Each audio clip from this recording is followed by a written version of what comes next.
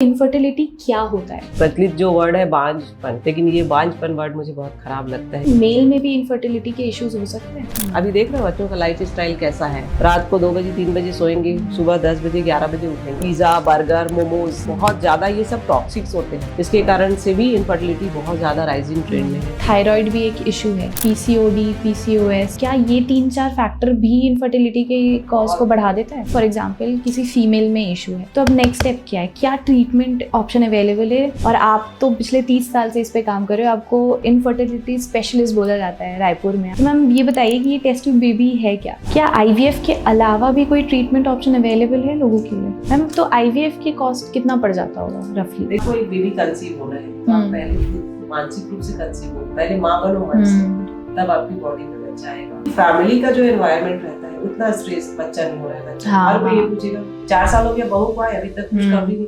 वो इतना सुन के, इतने ताने सुन के इतना डिप्रेस हो गई रहती है ना। इनफर्टिलिटी एक ऐसा टॉपिक है जो आजकल के कपल के लिए एक बहुत बड़ा कंसर्न बन चुका है, लेकिन इसका सोल्यूशन क्या है? इसके ट्रीटमेंट ऑप्शंस क्या अवेलेबल है? अगर कोई कपल ये चैलेंज फेस कर रहा है तो उनके पास क्या क्या ऑप्शंस अवेलेबल है, ये आज हम जानेंगे डॉक्टर नलिनी मढ़रिया से, जो कि रायपुर की टॉप गायनेकोलॉजिस्ट होने के साथ साथ एक इनफर्टिलिटी स्पेशलिस्ट है। और अपने 30 इयर्स के करियर में नलिनी मैम ने बहुत सारे कपल्स को पेरेंटहुड की जर्नी में मदद की है। So let's welcome doctor Nalini Madhariya. Welcome back to Har Kahani. Ma'am, infertility एक बहुत बड़ा कंसर्न बन चुका है आजकल के कपल्स के लिए, एंड ये एक बहुत ही कॉमन इशू हो गया है एंड बहुत ही लेस टॉक्ड इशू है। इसके सराउंडिंग बहुत सारे मिसकंसेप्शन भी है। तो आज हम इस एपिसोड के थ्रू इसी प्रॉब्लम को डिस्कस करेंगे और इसके प्रैक्टिकल सॉल्यूशंस के बारे में हम बात करेंगे। तो मैम, ये जानना हमारे लिए बहुत ज़रूरी है पहले कि इनफर्टिलिटी क्या होता है। इनफर्टिलिटी बेसिकली हम हिंदी में बोलें तो उसको हम बोलते हैं संतानहीनता, जिसको कि और बहुत प्रचलित जो वर्ड है बांझपन, लेकिन ये बांझपन वर्ड मुझे बहुत खराब लगता है, क्योंकि जिस दिन से मैंने प्रैक्टिस चालू की थी मैंने संकल्प लिया था कि ये जो बांझपन का दंश है इसको खत्म करना है। कोई भी महिला, हर महिला का अधिकार है कि वो माँ बने, इसलिए इसके लिए हमने बहुत काम किया है और कर भी रहे हैं और करते भी रहेंगे। इनफर्टिलिटी बेसिकली हम कहते हैं कि अगर कोई कपल है ना, और शादी के 1 वर्ष हो चुके हैं और विदाउट एनी प्रोटेक्शन, है ना, वो इंटरकोर्स के बाद अगर कंसीव नहीं कर पाते हैं, वो चाह रहे हैं कंसीव होना और नहीं कंसीव हो रहे हैं, तो उसको हम इनफर्टिलिटी कहते हैं। और अगर फीमेल की एज जो है वो मोर देन 35 हो चुकी है, तो ये 1 साल का जो वेटिंग पीरियड होता है ये घट के 6 महीने हो जाता है। मीन्स अगर 35 प्लस में किसी की शादी हो रही है और वो कंसीव नहीं हो पा रहे हैं तो 6 महीने के अंदर ही उनको डॉक्टर से कंसल्ट कर लेना चाहिए। तो विद इन 6 मंथ उनको, अगर एज 35 से ज्यादा है फीमेल की और 35 से कम है तो 1 साल वेट कर सकते हैं। बट अभी क्या है, इनफर्टिलिटी इश्यूज इतने ज्यादा हो गए हैं कि जल्दी कंसल्ट करें तो हमेशा बेटर होता है। राइट मैम, हमेशा इनफर्टिलिटी को हम, और आपने जो शब्द यूज़ किया था बांझपन, ये हमेशा फीमेल से हम एसोसिएट करते हैं और ये हमारे सोसाइटी में एक बहुत शेम की बात है एक फीमेल के लिए। पर कहीं ना कहीं ये भी है कि मेल में भी इनफर्टिलिटी के इश्यूज हो सकते हैं। बहुत अच्छा और बहुत ही इम्पोर्टेंट क्वेश्चन है, क्योंकि इसके जरिए हम समाज को ये संदेश देना चाहेंगे कि देखो, सीधी सी बात है, जो बच्चा होता है वो मेल और फीमेल दोनों का 50-50% कंट्रीब्यूशन होता है। और हम देखते हैं कि जब हमारे पास ट्रीटमेंट के लिए आते हैं, जब हम इन्वेस्टिगेट करते हैं, तो जितना प्रॉब्लम फीमेल को होती है उतनी ही प्रॉब्लम मेल में भी होती है। तो दोनों का कंट्रीब्यूशन 50% है, इवन इनफर्टिलिटी के केस में भी। तो इसीलिए हम कभी भी कपल्स को बोलते हैं कि कभी भी आप फर्स्ट विजिट कर रहे हो डॉक्टर के पास तो हमेशा दोनों आओ। हम दोनों को हिस्ट्री लेते हैं, दोनों को एग्जामिनेशन करते हैं, दोनों के बेसिक इन्वेस्टिगेशंस करते हैं। और अगर फीमेल में प्रॉब्लम है तो फीमेल को ट्रीट करेंगे, मेल में है तो मेल को। अगर दोनों में है, मोस्टली ऐसा मिलता है, 70-80% टाइम हमको दोनों में प्रॉब्लम मिलती है और दोनों को ट्रीट करना पड़ता है। क्योंकि बच्चा तो माँ पैदा करती है ना, स्त्री पैदा करती है, इसलिए उसी को ब्लेम किया जाता है कि बच्चा नहीं हो रहा है, बट इसके पीछे कारण दोनों हो सकते हैं। इसलिए बहुत इंपॉर्टेंट है कि इस बात को लोग समझें। और ये कोई, इसमें किसी की गलती नहीं है कि बच्चा नहीं हो रहा है तो कुछ फीमेल को ब्लेम कर रहे हैं, कोई ब्लेम गेम नहीं है। दोनों आए, डॉक्टर से कंसल्ट करें। और बहुत छोटे छोटे से इश्यूज रहते हैं, जरूरी नहीं कि हर बार हमको ट्रीटमेंट देना पड़े। कई बार केवल काउंसलिंग से भी उनको यही नहीं मालूम रहता है कि कॉन्टैक्ट पीरियड कब होना चाहिए, फर्टाइल पीरियड कौन सा होता है, अनसेफ पीरियड कौन सा है, सेफ पीरियड। तो ये सब हम जब उनको बताते हैं ना, तो बहुत बार विदाउट ट्रीटमेंट भी वो कंसीव हो जाते हैं। राइट मैम, आपने एक एज की बात की कि 35 कि अगर फीमेल है तो इश्यूज तो रहेंगे, बट मैम क्या अभी के तौर तरीके, लाइफस्टाइल के कारण और जो लेट मैरिजेस का कल्चर अभी चल रहा है, क्या उसके कारण अर्ली स्टेजेस में भी फीमेल को इनफर्टिलिटी या दोनों को इनफर्टिलिटी की इशू हो रही है? बहुत अच्छी बात पूछी आपने। अभी बहुत ज़्यादा ये कहना चाहिए बर्निंग इश्यूज है जो इनफर्टिलिटी है वो। देखिए पहले क्या होता था कि जो शादी की एज थी बहुत अर्ली होती थी, 22, 23, 24 साल में लड़कियों की शादी हो जाती थी, 25, 26 साल में वो माँ बन जाती थी। अभी हम देख रहे हैं कि लड़कियां भी बहुत कैरियर ओरिएंटेड है। अच्छी बात है, कैरियर ओरिएंटेड होना चाहिए, उसमें कोई बुराई नहीं है, लेकिन सब चीज़ों को हमें बैलेंस करके। अभी जो मैरिज की जो एवरेज एज है वो बहुत लेट हो गई। 27, 28 के बाद लड़कियां शादी करना सोचती हैं, 30 हो जाती है शादी करते करते। उसके बाद शादी करने के बाद बोलते हैं कि नहीं, अभी तो हमने शादी की है, अभी हमको फैमिली प्लान नहीं करना है, अभी कैरियर बनाना है, अभी हमें फ्री रहना है। तो ऐसा करते करते जो फर्टिलिटी का एज है मेन, जो मैक्सिमम जो फर्टिलिटी होती है 23 से 27 ईयर्स में होती है, तो वो पोटेंशियल पीरियड जो रहता है वो क्रॉस हो जाता है। और 30, 32 के बाद वो सोचना चालू करते हैं कि अब हमें प्रेगनेंसी होना है, अब हमें फैमिली प्लान करना है।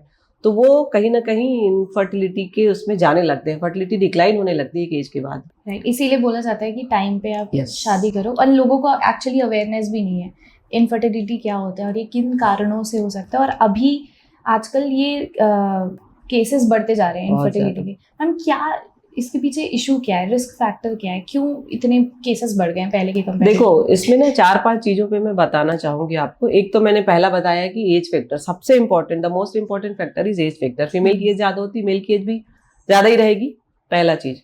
दूसरा है लाइफ स्टाइल। अभी देख रहे हो बच्चों का लाइफ स्टाइल कैसा है, रात को 2 बजे 3 बजे सोएंगे, सुबह 10 बजे 11 बजे उठेंगे। पहले का कैसा रहता था, मैक्स टू मैक्स हम लोग 10, साढ़े 10 बजे तक सो जाते थे, सुबह 4 बजे उठते थे, पढ़ाई करते थे, नहाते धोते पूजा पाठ करते और फिर स्कूल जाते थे। अभी जस्ट रिवर्स हो गया है। तो ये जो सर्केडियन रिदम है, इसके कारण से बाकी फिजियोलॉजी भी बहुत डिस्टर्ब होती है, पहला। दूसरा है कि फूड हैबिट्स जो है बच्चों के अभी, है ना, अभी इतना आप देख रहे हो ये सब, मतलब बेकरी आइटम और पिज्जा, बर्गर, मोमोज खास करके बहुत ज्यादा ये सब टॉक्सिक्स होते हैं। तो इनके कारण इम्यूनिटी भी कम होती है, आपका हार्मोन्स भी गड़बड़ होता है, और ये छोटे छोटे फैक्टर्स रहते हैं जो सब मिलके आपका बॉडी का पूरा सिस्टम को इम्बैलेंस कर देते हैं। तीसरा जो हम देखते हैं वो है कि बहुत ज्यादा हम देख रहे हैं कि अभी सोशल मीडिया में बच्चे एक्टिव रहते हैं। मोबाइल का जो हम एक्सरेज अवॉइड करते हैं, MRIs में सब प्रोटेक्शन लेते हैं, लेकिन जो मोबाइल का जो रेडिएशन होता है ना, वो इन सब से बहुत ज्यादा होता है। और आप देख रहे हो लोग 17 घंटे 18 घंटे मोबाइल पे रहते हैं, लैपटॉप इतना ज्यादा यूज करते हैं, इसके कारण से भी इनफर्टिलिटी बहुत ज्यादा राइजिंग ट्रेंड में है। उसके बाद हम जो पहले हम खाना पीना जो हमको मिलता था एकदम नेचुरल डाइट, अच्छे फूड मिलते थे, अभी तो देखो आप सब प्रकार की सब्जियां हैं, फल हैं, इतने पेस्टिसाइड्स डलते हैं कि उनकी गुणवत्ता भी बहुत कम हो जाती है, और ये कहीं ना कहीं हमारी बॉडी को हार्म करता है। तो ये 5-6 चीजें हैं। दूसरा एक बहुत इंपॉर्टेंट जो अभी के यंगस्टर्स में देखने को आ रहा है, एडिक्शन।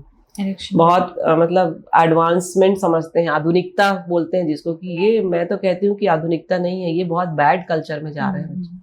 तो स्मोकिंग है, ड्रिंकिंग है, ये बहुत कॉमन देखने को भी मिलता है। तो ये सब के कारण भी आप देखो ना, पहले जो हमको स्पर्म काउंट मिलता था नेचुरली, वो इतना अभी कम मिलता है। वैसे ही फीमेल्स में हार्मोन्स का लेवल बहुत कम हो जाता है, स्कैंटी पीरियड्स हो जाते हैं, ओबेसिटी है, ये सारे बहुत सारे फैक्टर्स हैं जो कि इनफर्टिलिटी के लिए रिस्पॉन्सिबल होते हैं। बट अगर फिर भी अगर आप कुछ 5 चीजें बता सकें जिसको करने से फीमेल अपनी प्रोडक्टिव एबिलिटी को स्ट्रॉन्ग कर ले, तो वो क्या होंगे?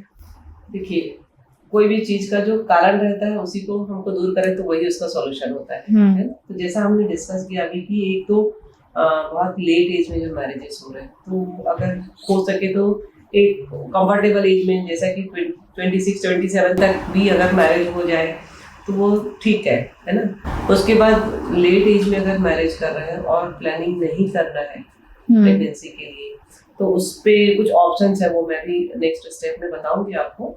बेटर है कि जितना जल्दी प्लान करें। दूसरा ये है कि जैसा कि हमने डिस्कस किया था कि जो लाइफ स्टाइल है बच्चों का बहुत डिफरेंट हो गया, बहुत देर से सोना, बहुत देर से उठना, तो इसको किसी न किसी तरीके से धीरे धीरे एक दिन में तो चेंज नहीं होता है, बट करने से होता है। तो वो आदत एक अपनी धीरे धीरे बदलनी पड़ेगी, क्योंकि हमारा जो हार्मोन्स का जो साइकिल है ना, वो दिन और रात के हिसाब से डायगोनल वेरिएशन होता है उसमें। तो अगर हम स्लीप हैबिट को अपना थोड़ा सा अच्छा बेटर कर सकें, तो फिर वो काफी हद तक वो भी हमें हार्मोनल बैलेंस करने में सहायता करता है। उसके बाद हमने डिस्कस किया था कि जो फूड हैबिट्स है, फूड हैबिट्स भी बच्चों की बहुत, तो इसमें ये है कि आप सीधी बात है कि जितना हेल्दी डाइट आप लोगे उतना आपका मेंटल एंड फिजिकल दोनों हेल्थ अच्छा रहेगा। तो जैसे कि हम ब्रेकफास्ट जो स्टार्ट कर रहे हैं दिन के, जूस ले लें, फ्रेश फ्रूट्स ले लें, स्प्राउट्स ले लें, थोड़ा वर्कआउट कर लें सुबह में, है ना, क्योंकि एक ओबेसिटी भी हम देख रहे हैं कि बहुत इंपॉर्टेंट फैक्टर हो रहा है इनफर्टिलिटी। अच्छा, हर दिन मतलब हम कम से कम 5 लोगों को तो बोलते ही हैं कि अपना वेट लूज करो, बहुत वेट ज्यादा है। ओबेसिटी बहुत इंपॉर्टेंट फैक्टर है इनफर्टिलिटी के लिए। तो ये कहीं ना कहीं फूड एंड स्लीप हैबिट से रिलेटेड होता है। तो फूड हैबिट, कार्बोहाइड्रेट्स को कम करें, प्रोटीन की मात्रा थोड़ी ज्यादा कर लें, और वैसे ही 3 टाइम अगर जैसे सुबह में सलाद वाली चीजें ज्यादा ले लें, दोपहर में भी रॉ मटेरियल, मैं पेशेंट लोग को बोलती हूँ क्या खाएं क्या ना खाएं, तो जितना रॉ मटेरियल आप ज्यादा खाओगे, सलाद है, इसमें ककड़ी है, टमाटर है, मूली है, जो अभी आप खा सकते हो, शलजम है, जिससे फाइबर ज्यादा मिले, फाइबर डाइट ज्यादा लीजिए, यस, और कुक्ड फूड आप कम करो खाना, है ना, तो उससे भी आपका वेट, मतलब आपको उससे कमजोरी भी नहीं आएगी और आपका बॉडी का जो रिक्वायरमेंट है वो भी फुलफिल होगा, एनर्जाइज रहता है बॉडी हमेशा। उसके बाद जो हमने बात की थी एडिक्शन की, तो ये तो 100% अवॉइड ही करना चाहिए, है ना, इसमें कोई फायदा नहीं है, तो केवल नुकसान हर प्रकार से, तो वो बहुत इंपॉर्टेंट हो जाता है। तो ये 3, 4, 5 चीजें जो है वो अगर हम थोड़ा सा कंट्रोल कर लें तो बहुत बेहतर हो सकता है। मैम, कहीं ना कहीं सबको आइडिया तो है कि ये सारी चीज़ें हमें नहीं करनी चाहिए, बट फिर भी हमारी सोसाइटी अभी इस तरीके की हो गई है कि ये सारी चीज़ें बहुत कॉमन हो गई। तो क्या अगर हम प्रेगनेंसी प्लान कर रहे हैं तो क्या उसके पहले अगर हम इन चीज़ों को ध्यान रख लें, 1-2 साल पहले इम्प्रूवमेंट ला लें, तो क्या वो हमारी फर्टिलिटी के लिए बेटर रहेगा, या हमें लॉन्गर पीरियड से इसका ध्यान रखना पड़ेगा? देखो, जितना ज़्यादा समय से हम ये सब चीज़ें मेंटेन करें शुरू से तो बहुत अच्छा है। इनकेस अगर ऐसी आदत बन गई है और हमारा प्लानिंग चेंज हो रहा है, हम फैमिली प्लान करना चाह रहे हैं, तो जितना जल्दी हम कर लें उतना बेटर है। फिर भी एटलीस्ट प्लान करने के 6 मंथ्स पहले, मैं एक टाइम पीरियड बोलूंगी कि 6 मंथ्स पहले भी हम इन सब चीजों को अगर ठीक कर लें तो बेटर है, उससे बेटर रिजल्ट हो सकते हैं, बहुत इंप्रूवमेंट आ सकता है। राइट। मैम, अभी तो हमने बात की कि इनफर्टिलिटी होता क्या है, उसके कॉजेस क्या है, और सोल्यूशन भी हमने बात कर लिया कि इनफर्टिलिटी को हम अपने एंड तक कैसे ठीक कर सकते हैं। अब बात आती है ट्रीटमेंट की। अगर कोई कपल ट्राई कर रहा है एंड वो कंसीव नहीं कर पा रहे एंड ये इस्टेब्लिश हो गया है कि इनफर्टिलिटी इज़ द इशू, तो उसके उनके पास क्या ट्रीटमेंट के ऑप्शन अवेलेबल हैं? जैसा कि शुरू में हमने बात की थी कि कभी भी अब कंसल्टेशन के लिए आ रहा है डॉक्टर के चेम्बर में, तो हमेशा कपल आए साथ में, सबसे फर्स्ट एंड फॉरमोस्ट रिक्वायरमेंट है, क्योंकि बहुत सारी चीजें हम उनको बात करके ही हमें कारण पता चलता है हिस्ट्री टेकिंग से कि इनका कारण क्या है, इशूज क्या है। बहुत बार, अभी कुछ दिन पहले मेरे पास एक कपल आए थे, 4 years हो गया मैरिज को, and they have not a single relationship, और वो इनफर्टिलिटी का ट्रीटमेंट करा रहे हैं। तो अभी तक कहीं सॉर्ट आउट ही नहीं हुआ था कि इनफर्टिलिटी का मेन रीजन क्या है, तो that was the main reason for infertility. उनको बहुत 2 बार 3 बार सिटिंग करके हमने काउंसलिंग किया, और धीरे धीरे वो अब नेचुरल कंसेप्शन के लिए दे आर ट्राइंग। तो हम कुछ दिन वेट करेंगे, उसमें नेचुरल कंसेप्शन के लिए उनको अगर होता है तो ठीक, अदरवाइज हम ट्रीटमेंट, बहुत इंपॉर्टेंट बात होती है। दूसरा ये कि हम मेल और फीमेल दोनों को हिस्ट्री लेते हैं, उनका एग्जामिनेशन करते हैं, उसके बाद कुछ बेसिक इन्वेस्टिगेशंस होते हैं, जैसे कि फर्टिलिटी के लिए 3-4 इंपॉर्टेंट फैक्टर है फीमेल में, पहले मैं बोलूंगी फिर मेल में। फीमेल में जैसे कि प्रॉपर ओवुलेशन होना चाहिए टाइम पे, दूसरा है कि यूट्रस जो है वो बच्चे को कंसीव करने के लिए रेडी होना चाहिए, और तीसरा एक बहुत इंपॉर्टेंट फैक्टर है कि 2 फैलोपियन ट्यूब्स होते हैं, एटलीस्ट दोनों खुले रहे, बहुत अच्छी बात है, at least 1 fallopian tube must be patent. तो ये सब चीजों का हम इन्वेस्टिगेशन, तो इसके लिए कुछ ब्लड इन्वेस्टिगेशंस होते हैं जो बेसिक रूटीन माइक्रोस्कोपी यूरिन में करते हैं, ब्लड में टेस्ट करते हैं, कुछ हार्मोनल टेस्ट करते हैं, D2 में टेस्ट करते हैं, और एक बहुत इंपॉर्टेंट हार्मोन जो हम टेस्ट करते हैं AMH होता है, एंटी मुलेरियन हार्मोन। उससे हमें पता चलता है कि फीमेल का ओवेरियन रिजर्व कैसा है, उसकी एग बनाने की कैपेसिटी कितनी है। फिर एक सोनोग्राफी करते हैं, बेसिक सोनोग्राफी होता है, लेकिन हम जो प्रेफर करते हैं वो मोस्ट एडवांस 3D अल्ट्रासोनोग्राफी है। तो 3D में यूट्रस का, ओवरी का सारा पिक्चर हमारे पास एकदम ऐसा रहता है कि जैसे वो बॉडी में हम उसको देख रहे हैं एग्जैक्टली। तो उससे बहुत सारी चीजें हमें पता चल जाती है कि यूट्राइन फैक्टर है, ओवरियन फैक्टर है, ट्यूबल फैक्टर है, या मिक्स फैक्टर है, या और कोई फैक्टर्स है। ये तो फीमेल पार्ट में हो गया। उसके बाद मेल में हम 2-3 बेसिक, सबसे इम्पोर्टेंट इन्वेस्टिगेशन होता है वो है सेबल एनालिसिस। तो हम फिर मेल को भी एडवाइस करते हैं कि 2 या 3 दिन का एब्स्टिनेंस हो, उसके बाद में वो एक सेवन सैंपल दे दें, उससे हम देख लेते हैं काउंट कैसा है, मोटिलिटी कैसी है, स्पर्म फैक्टर में कहीं कोई इशू तो नहीं है तो उसको ट्रीटमेंट किया जा सकता है। और कुछ बेसिक ब्लड टेस्ट होते हैं, ब्लड शुगर है, वायरल मार्कर है, थायराइड प्रोफाइल बहुत इंपॉर्टेंट होता है मेल और फीमेल दोनों। थायराइड भी बहुत इंपॉर्टेंट इशू है इनफर्टिलिटी से रिलेटेड। तो ये सारे बेसिक इन्वेस्टिगेशन करके एक कंक्लूजन में हम पहुंचते हैं कि कहाँ पे क्या कारण है और उसके अकॉर्डिंग पे ट्रीटमेंट बताते हैं।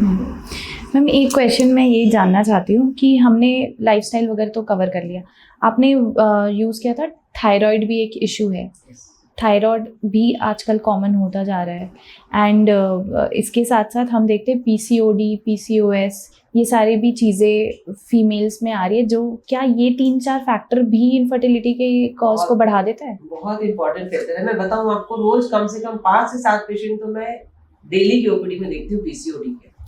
बहुत ज्यादा कॉमन है, अभी टीनेजर गर्ल से लेके आप 30-35 तक भी देखते जाओगे तो पीसीओडी बहुत कॉमन है और बहुत सिंपल से वो डायग्नोस हो जाता है। पेशेंट को हम देख के उसको बता सकते हैं कि ये पीसीओडी की पेशेंट हो सकती है। ओबेसिटी, 2 टाइप के पीसीओडी होते हैं, लीन थीन पीसीओडी होता है और ज्यादा करके ओबेसिटी वाला पीसीओडी होता है।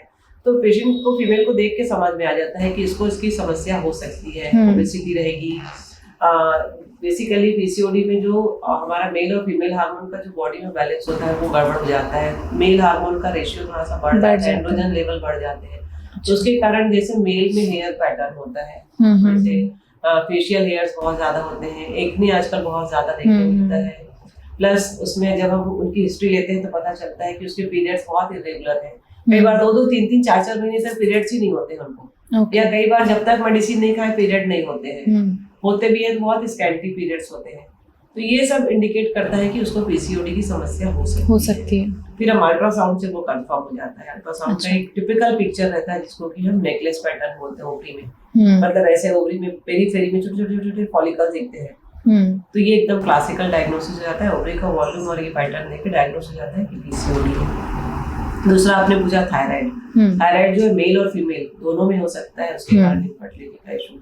थायराइड भी वैसे ही 2 प्रकार का है, एक जिसमें कि मोटापा बढ़ता है, हाइपोथायराइड, और दूसरा होता है हाइपरथायराइड। हाइपरथायराइड में लिंक थिन हो जाते हैं, वेट लॉस होता है, और पल्स रेट ज्यादा रहेगा, बहुत ओवर एक्टिव रहते हैं, ये कुछ सिम्टम्स रहते हैं। तो वो क्लिनिकली देख के भी समझ में आता है कि पेशेंट को इसकी प्रॉब्लम हो सकती है। तो वो एक सिंपल थायराइड हार्मोन टीएसएच करने से समझ में आ जाता है। जो है हाइपो है तो हाइपो को ट्रीट करिए, हाइपर है तो हाइपर को ट्रीट करिए, और बहुत छोटे से ट्रीटमेंट से ये करेक्ट किया जा सकता है। तो मतलब पीसीओडी, पीसीओएस एंड थायराइड, ये सारे मेडिकेशन और ट्रीटमेंट से हम कंट्रोल कर सकते हैं एंड देन हमारी फर्टिलिटी में इसका कोई इशू नहीं है। बस हमें थोड़ा अवेयर रहने की ज़रूरत है कि हमारे ये सारे सिम्टम जो अभी हमने बात की, अगर इनमें से कुछ भी आपको लग रहा है तो आप अपने डॉक्टर से कंसल्ट करिए, गाइनिक से कंसल्ट करिए, और आपको देन एंड देयर बता देंगे कि क्या है और इसका सॉल्यूशन क्या है। सो मैम आपने बताया एक बहुत अच्छा एक प्रोसीजर होता है कि पहले हम काउंसलिंग करते हैं, देन हमें पता चलता है, उसके बाद हम टेस्ट करते हैं। तो इमीडिएट टेस्ट और ट्रीटमेंट ऑफर नहीं किया जाता किसी भी पेशेंट को। तो ये सारी हमने चीज़ें कर ली, उसके बाद हमें पता चल गया कि फॉर एग्जांपल किसी फीमेल में इशू है, तो अब नेक्स्ट स्टेप क्या है, क्या ट्रीटमेंट ऑप्शन अवेलेबल है और उसकी कॉस्ट कितना पड़ जाता होगा? देखो, ट्रीटमेंट जो है ना बहुत वेरिएबल रेंजेस है, वो डिपेंड करेगा कि प्रॉब्लम क्या है पेशेंट की, है ना। तो सबसे इम्पोर्टेंट, जैसा कि मैंने बोला कि एज फैक्टर। अब अगर कोई मेरे पास 28-30 कोई फीमेल आ रही है तो मैं उसको पहले बेसिक इन्वेस्टिगेशन से देखूंगी कि क्यों उसको इनफर्टिलिटी है। और अगर कोई 40 ईयर में मेरे पास आ रहा है इनफर्टिलिटी के तो उसको मैं ये खा लो वो खा लो बेसिक में नहीं, उसमें तो फिर मुझे सीधा एडवांस ट्रीटमेंट में जाना पड़ेगा।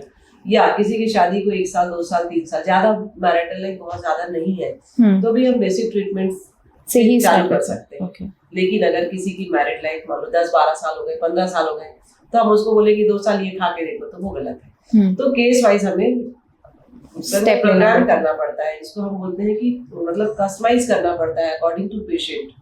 हर पेशेंट का कॉज अलग हो सकता है, फैक्टर्स अलग हो सकते हैं, और उसका सॉल्यूशन भी अलग होता है।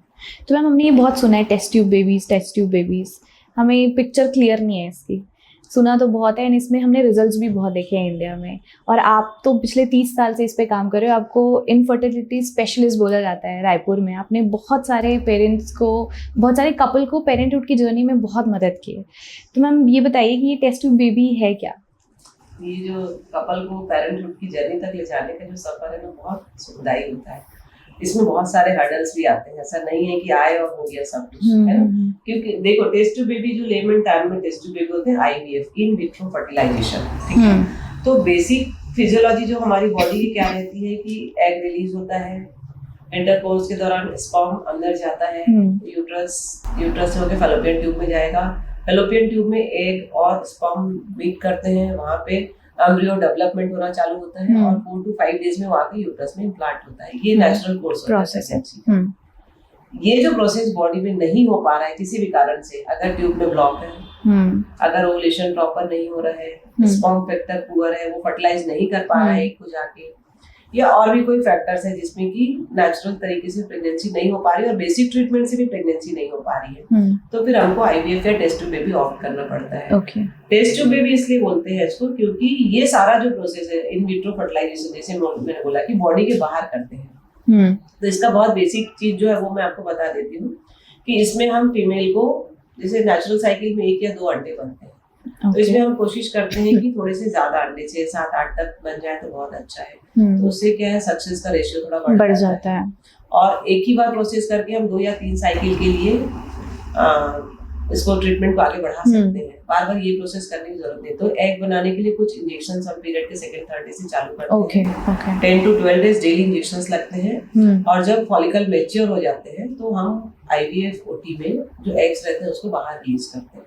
अच्छा, कुछ प्रोसेस होता है, अंडर एनेस्थीसिया होता है, कोई तकलीफ नहीं होती, हार्डली 10-15 मिनट्स का प्रोसीजर रहता है, 3-4 घंटे बाद पेशेंट घर चली जाती है। उस समय हम हस्बैंड का सैंपल लेते हैं, सैंपल को वॉश करते हैं, उसमें से जितने बैक्टीरिया, वायरस, जो भी फॉरेन बॉडीज है वो सब हटा के जो एक्टिव स्पर्म रहता है वो हम अलग करते हैं और हम एग और स्पर्म को जो बॉडी में नहीं मिल पा रहे हैं उसको बाहर पेट्री डिश में कुछ मीडिया रहता है स्पेसिफिक, उसमें डाल के रखते हैं।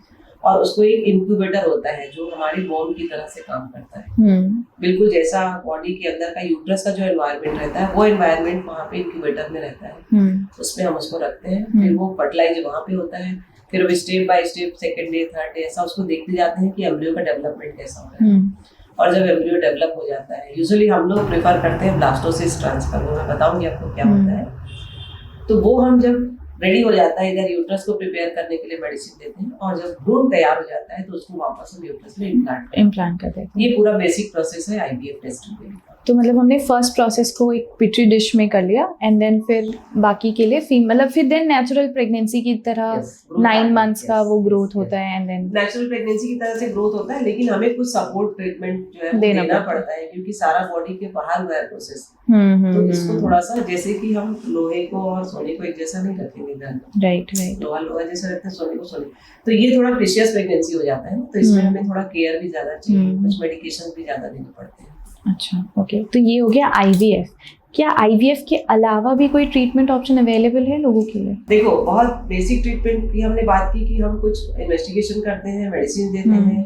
एक होता है फॉलिकुलर मॉनिटरिंग, जो बहुत आजकल पूछते हैं कि फॉलिकुलर मॉनिटरिंग क्या होती है, मैं आपको बता रही हूँ। उसमें हम क्या करते हैं कि बाकी फैक्टर्स हमने देख लिए कि ठीक है हम थोड़ा नेचुरल प्रेगनेंसी की तरफ जा सकते हैं, है ना, थोड़ा सपोर्ट करके, तो हम डे 2 या डे 3 से फीमेल को कुछ मेडिसिन देते हैं ताकि अंडे बनने की क्रिया जो है थोड़ी अच्छी हो जाए बॉडी। और उसको हम डे 7, 8, 9 ऑनवर्ड्स ऐसा 4-5 बार उसको ऑल्टरनेट डे करके हम सोनोग्राफी से देखते हैं कि उसके फॉलिकल्स कैसे बन रहे हैं। फॉलिकल डेवलप होता है तो उसके अंदर एग का डेवलपमेंट होता है। अच्छा। और जब हमें लगता है कि हाँ ये मैच्योर हो गया है फॉलिकल, तो हम कुछ इंजेक्शन देते हैं ताकि एग रप्चर हो, फॉलिकल रप्चर हो और एग रिलीज हो। और उस टाइम पे हम टाइम इंटरकोर्स के लिए बताते हैं कि ये टाइम पे आप कांटेक्ट करोगे तो आपके प्रेगनेंसी के चांसेस बढ़ जाएंगे। ये बेसिक है। इसके अलावा एक ट्रीटमेंट होता है जिसे कि मैं बताऊंगी जिसको कि आजकल लेमन टर्म में लेजर ट्रीटमेंट बोलते हैं, लैप्रोसिस्ट्रोस्कोपी होता है। तो जो मैंने आपको बताया था कि यूट्रस का ओवरी का सारा सिस्टम ट्यूब ठीक है कि नहीं, तो इसके लिए हम पेशेंट को 1 दिन के लिए एडमिशन करते हैं। बहुत शॉर्ट प्रोसेस होता है, जनरल एनेस्थीसिया होता है, कुछ दर्द कोई तकलीफ नहीं होती है। उसमें हम जो यूट्रस है, जैसा इसमें मैं आपको बता दूं, ये यूट्रस है ना, यूट्रस का ये मॉडल है। तो यहाँ से हम एंडोस्कोप डाल के ये कैविटी जहाँ पे बच्चा डेवलप होता है इसको हम देख लेते हैं पूरा, ठीक है। ओके, अच्छा। और उसके बाद पेट में हम दूरबीन डालते हैं, है ना, लैप्रोस्कोप को यहाँ से डाल के, तो उसमें uterus as a whole, uterus, tube, ovary सब दिख जाता है। ओके। तो इसमें हम यहाँ से डाई पुश करते हैं, ब्लू कलर का मिथिलीन ब्लू डाई होता है, वो यहाँ से ट्यूब से होते हुए यहाँ से बाहर रिलीज होता है। तो इससे हमें ये कंफर्म हो जाता है कि ट्यूब ओके है, ट्यूब पेटेंट है, ट्यूब और ओवरी का रिलेशन प्रॉपर मेंटेन है कि नहीं। तो ये सब चीजें सिस्टम ओके है और उसके बाद भी कंसीव नहीं हो रहा है तो एक आईवीएफ के पहले एक ट्रीटमेंट होता है जिसको कि हम आईयूआई बोलते हैं, आईयूआई, इंट्रा यूटेराइन इंसेमिनेशन। तो इसमें हम क्या करते हैं, ये बहुत छोटा ट्रीटमेंट है, बहुत इसका कॉस्ट इफेक्टिव ट्रीटमेंट भी है।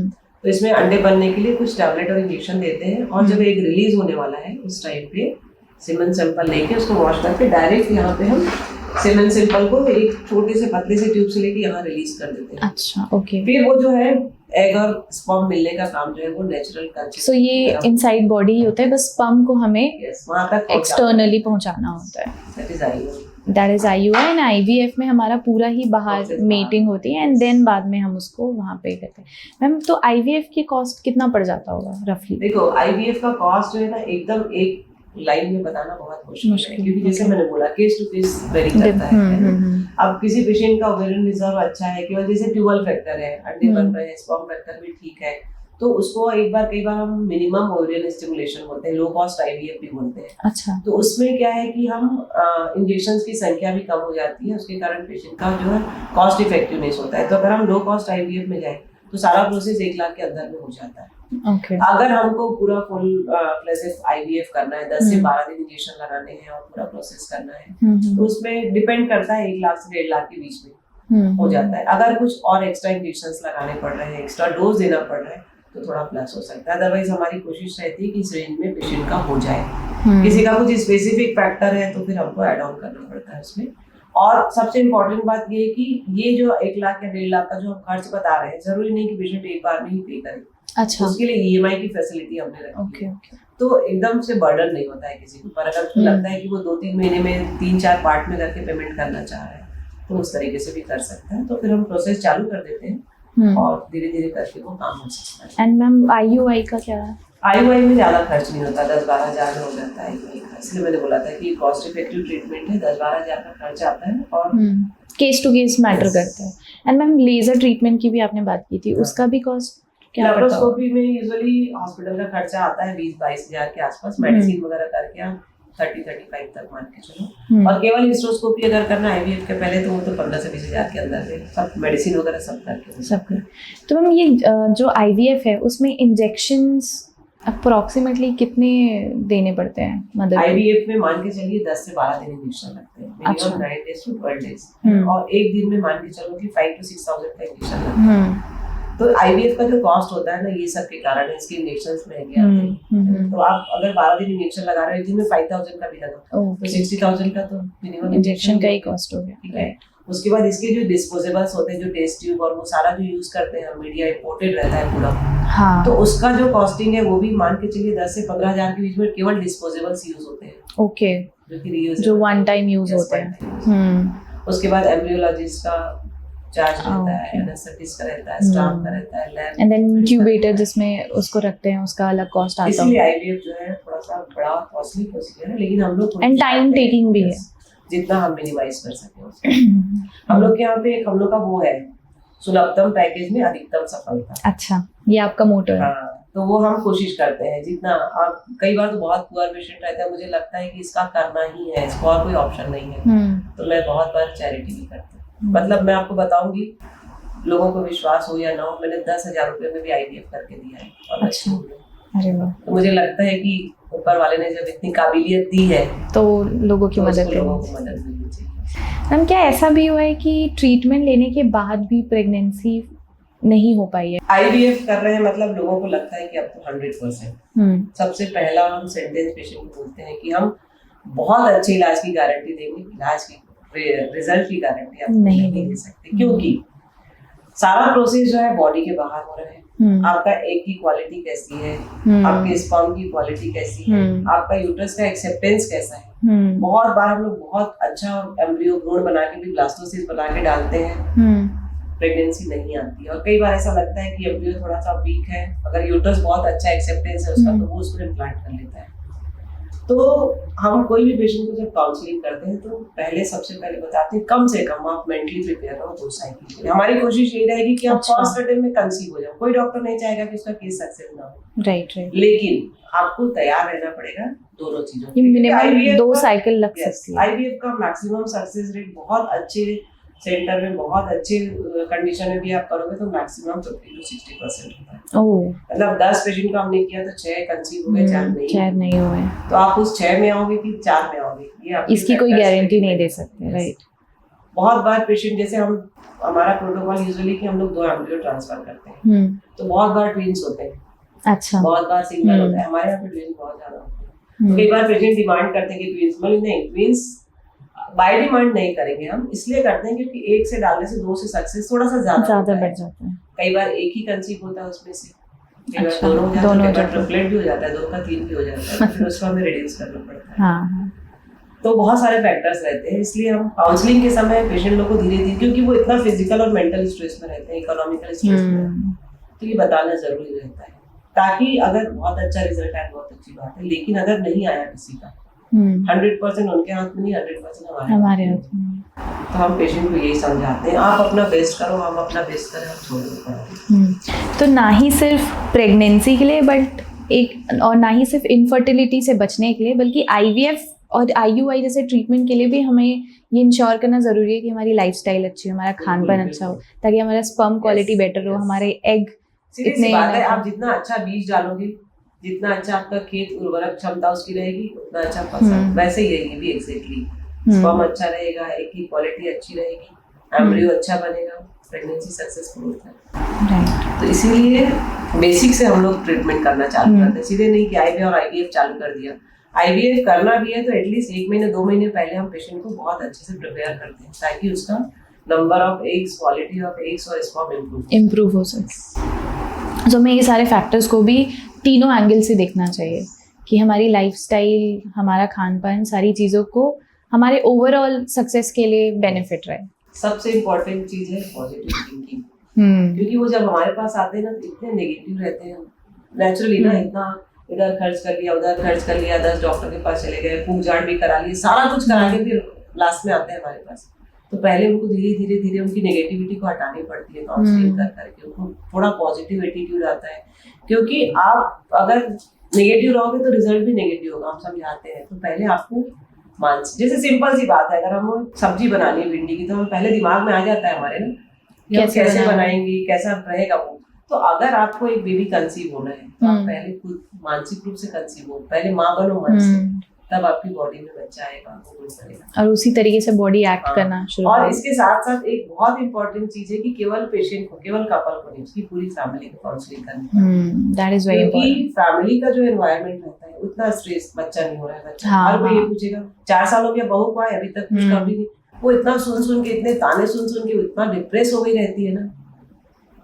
तो ये बहुत ही ज्यादा हमारे समाज में, और एक फीमेल को दूसरी फीमेल ज्यादा टॉर्चर करती है, राइट। तो मैं हमेशा बोलती हूँ सास के साथ में आओ, देवरानी, जेठानी, ननद, ये सब का जो वो रहता है ना, वो सब भी फैमिली का एनवायरनमेंट आप पॉजिटिव करो, सब लोग हैप्पी रहो, हेल्दी रहो, तो आपका ओवरऑल रिजल्ट भी बेटर रहेगा।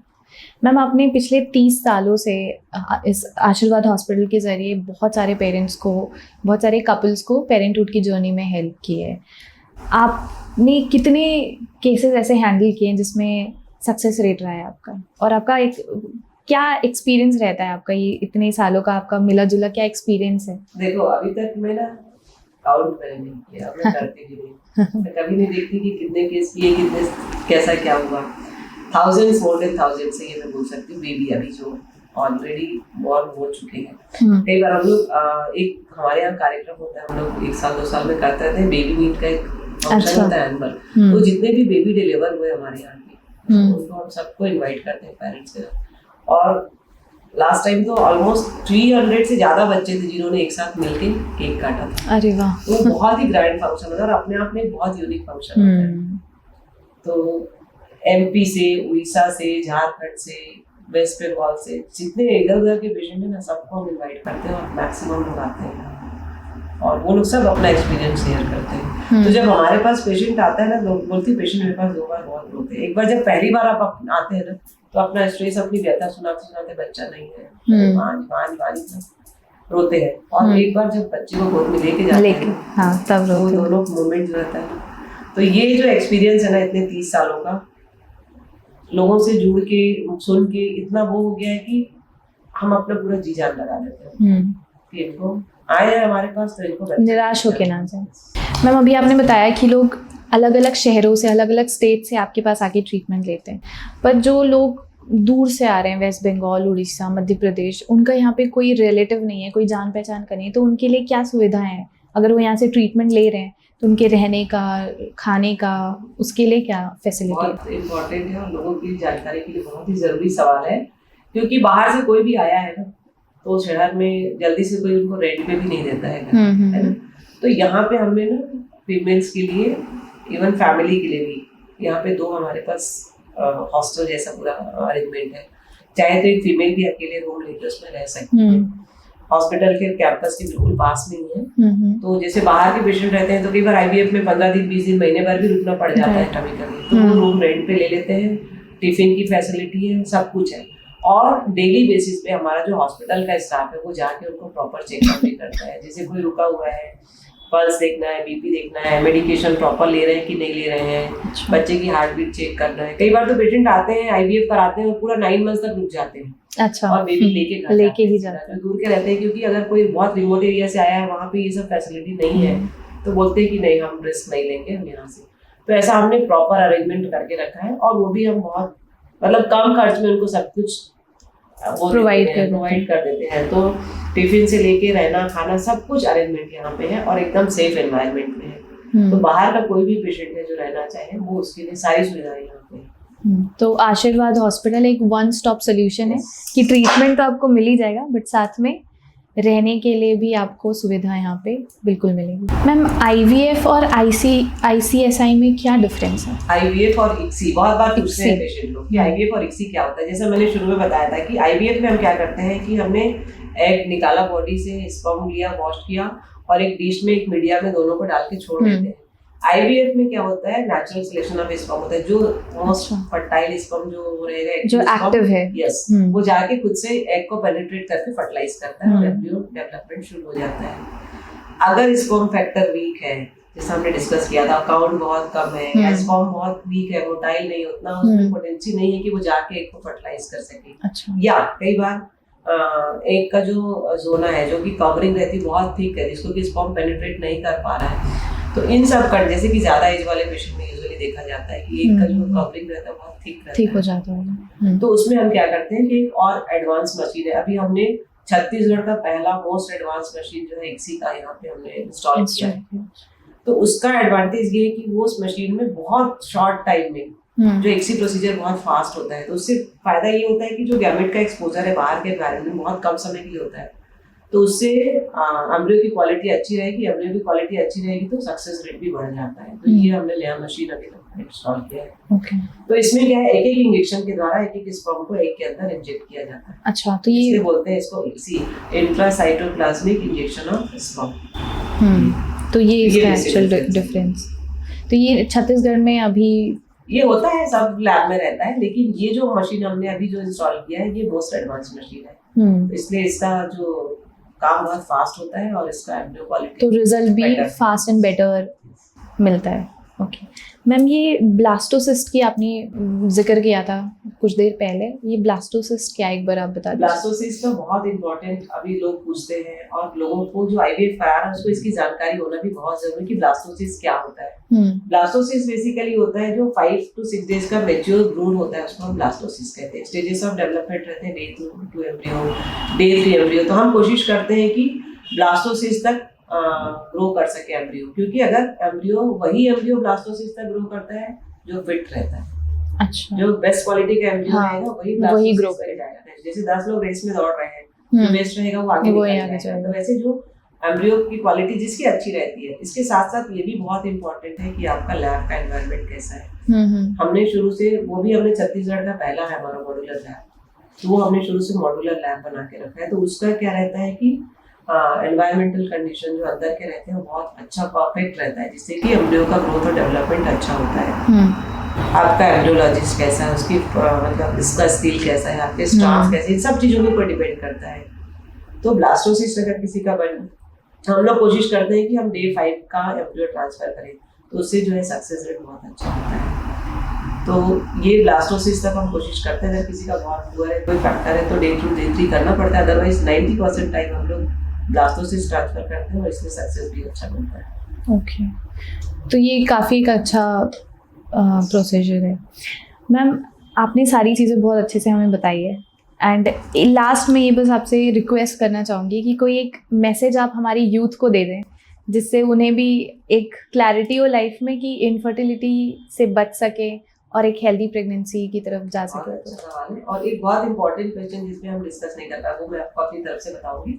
बेसिकली जो हम शुरू से बात कर रहे हैं कि right age of marriage, right time for planning of pregnancy, life style, food habit, addiction और सोशल मीडिया में जो लैपटॉप और मोबाइल का जितना हम मिनिमाइज कर सकें, जरूरी है सब चीजें, लेकिन जितना मिनिमम कर सकें। साथ में एक बहुत इंपॉर्टेंट है, हमको अपना पॉजिटिव एटीट्यूड रखना है, और मेडिटेशन को मैं हमेशा प्रमोट करती हूँ। That is the best solution. Stress releasing है।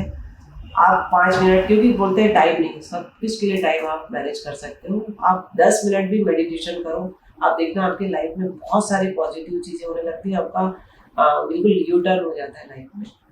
और एक बहुत इंपॉर्टेंट चीज है जो आजकल हम लोग यूथ को, जो ऐसे आपने बोला कि एडवाइस करते हैं, अगर आप लेट मैरिज कर रहे हो या आपने शादी कर ली है और कैरियर या पढ़ाई या किसी भी कारण से आप प्रेगनेंसी प्लान नहीं करना चाह रहे हो, तो अभी हम एक ऑप्शन देते हैं मेल और फीमेल दोनों को, गैमेट फ्रीजिंग का। Gamete freezing, yes, egg freezing. जैसे कोई प्लान नहीं कर रहा है ना, अगर आपकी एज 30 है और आप मान लो आप चाहते हो कि भी 5 साल आपको प्लान नहीं करना है, तो 5 इयर्स के बाद में आपकी फर्टिलिटी बहुत डिक्लाइन हो जाएगी। तो उसमें हम क्या करते हैं कि जो आईवीएफ का प्रोसेस मैंने बताया था, इसमें इंजेक्शन देके और एग पूरा बना के और उस एग को हम फ्रीज करके रख सकते हैं। तो अगर आप 35 ईयर की एज में भी प्रेगनेंसी प्लान करोगे, तो आपको एग जो मिलेगा वो 30 इयर्स का यंग एग मिलेगा। तो उससे आपका सक्सेस बहुत अच्छा हो सकता है, क्योंकि ज्यादा एज में प्रेगनेंसी होने से सक्सेस भी कम होता है, और अब नॉर्मल बेबी होने के आजकल डाउन सर्विस कितना देख रहे हो, ये चांसेस बहुत बढ़ जाते हैं। तो एग फ्रीजिंग बहुत अच्छा ऑप्शन है। स्पर्म फ्रीजिंग भी हम मेल को एडवाइस करते हैं कि अगर स्पर्म काउंट कम हो रहा है या आपको भी प्लान नहीं करना है किसी भी वजह से, तो आप अपना स्पर्म फ्रीज करा के रखें। बहुत सिंपल और बहुत स्मार्ट सॉल्यूशन है ये। और अगर मैरिज हो गई है और आपका भी प्लान नहीं करना है, तो आप एम्ब्रियो बना के, अच्छा, एग और स्पर्म ले लिए, एम्ब्रियो बना लिया और एम्ब्रियो को फ्रीज कर, एम्ब्रियो हम उसको 20 साल तक भी फ्रीज करके रख सकते हैं। तो जब आपको प्लान करना है 4 साल 5 साल 6 साल आप प्लान करें। तो हमारे पास यानी कि 3 ऑप्शन अवेलेबल है, egg freezing, then sperm freezing, then embryo freezing, and ये तीनों फैसिलिटी आशीर्वाद हॉस्पिटल में अवेलेबल है।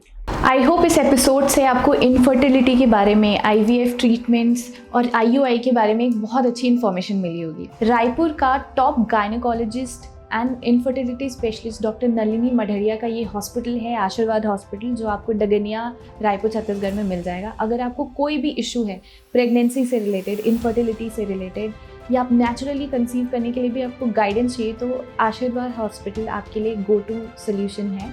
थैंक यू डॉक्टर नलिनी, आपने बहुत अच्छी तरीके से हमें तीनों चीज़ों में बहुत अच्छी तरीके से गाइड किया। हमने पहले आपसे सर्विकल कैंसर के बारे में भी बात कर चुके हैं, हमने नेचुरल प्रेगनेंसी को कैसे हैंडल करना है वो भी, और एक इनफर्टिलिटी भी एक बहुत बड़ा कंसर्न था जिसके बारे में हमारी चर्चा हो गई है। एंड आई होप कि इस एपिसोड के ज़रिए ज़्यादा से ज़्यादा यूथ एजुकेट हो पाए और एक सही डिसीजन ले सके, ताकि उनका करियर भी होल्ड में ना आए और उनकी फैमिली एंड लाइफ भी होल्ड में आए। Thank you so much for being on Har Kahani. Thank you.